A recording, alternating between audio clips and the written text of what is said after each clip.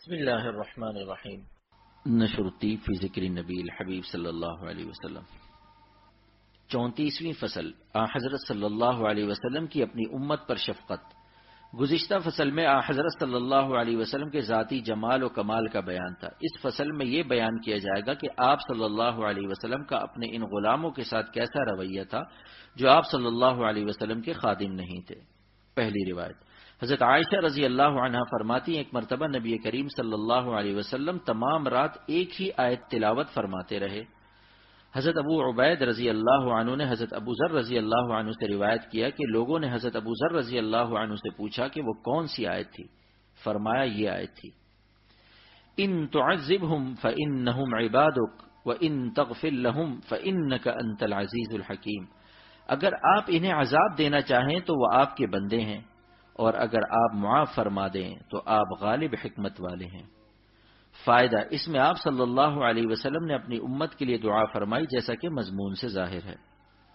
دوسری روایت، حضرت عباس بن مرداس رضی اللہ عنہ سے روایت ہے کہ عرفہ کی شام نبی کریم صلی اللہ علیہ وسلم نے اپنی تمام امت کے لیے مغفرت کی دعا کی، جو اللہ تعالیٰ کی طرف سے اس طرح قبول ہوئی کہ اللہ تبارک و تعالیٰ نے فرمایا، میں حقوق العباد کے سوا سب گناہوں کی مغفرت کر دوں گا، ہاں ظالم سے مظلوم کا حق ضرور وصول کروں گا۔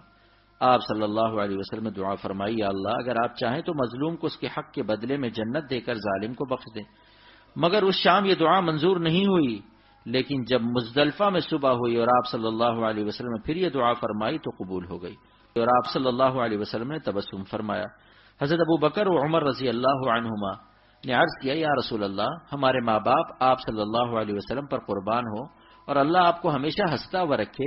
اس وقت کوئی ہنسی کی بات معلوم نہیں ہوتی، تو پھر آپ صلی اللہ علیہ وسلم کے ہنسنے کی کیا وجہ ہے؟ آپ صلی اللہ علیہ وسلم نے فرمایا، اللہ کے دشمن ابلیس کو جب یہ معلوم ہوا کہ اللہ تعالیٰ نے میری دعا قبول فرما کر میری امت کی مغفرت فرما دی ہے تو اپنے سر میں مٹی ڈالنے اور واویلا کرنے لگا۔ اس کی گھبراہٹ دیکھ کر مجھے ہنسی آ گئی۔ فائدہ، لمعات میں ہے کہ اس سے مراد وہ حقوق العباد ہیں جن کے ادا کرنے کا پختہ ارادہ تھا مگر کسی وجہ سے ادا نہ کر سکا، تو اللہ تعالیٰ ایسے حقداروں کو جن کے حقوق ادا نہ ہوئے ہوں گے قیامت کے دن میں راضی فرما دیں گے۔ اللہ تعالیٰ ہم سب کو رسول کریم صلی اللہ علیہ وسلم کی اتباع اور محبت کاملہ نصیب فرمائے، آمین۔